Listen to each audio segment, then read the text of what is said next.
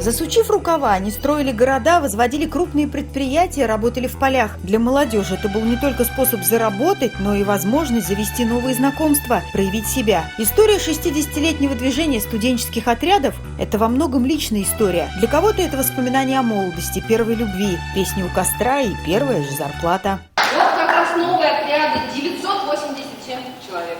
В эти дни история студенческих отрядов под особым вниманием. Итоги совместной работы молодых специалистов и их работодателей оценивали в Москве. В Торгово-промышленной палате России свои награды за сотрудничество получили Заинская центральная районная больница и Нижнекамская организация социально-бытового обслуживания «Шинник». Они в лидерах по предоставлению работы активной молодежи. Только у нас в республике больше 10 тысяч ребят, которые входят в студенческие трудовые отряды. Это такое же огромное движение. По большому счету, больше, чем движение, это большая семья.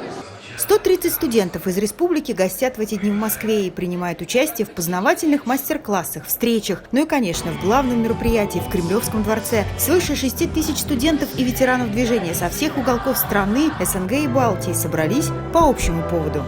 Такие мероприятия дают огромнейшие возможности, огромнейшие знания, а также вы сможете здесь заработать денег, найти новых друзей, знакомых, побывать во множество городах и странах. Праздничные торжества отгремят, и студенческие отряды снова отправятся помогать, строить, собирать, делать важное для людей, а заодно приобретать нужный практический опыт.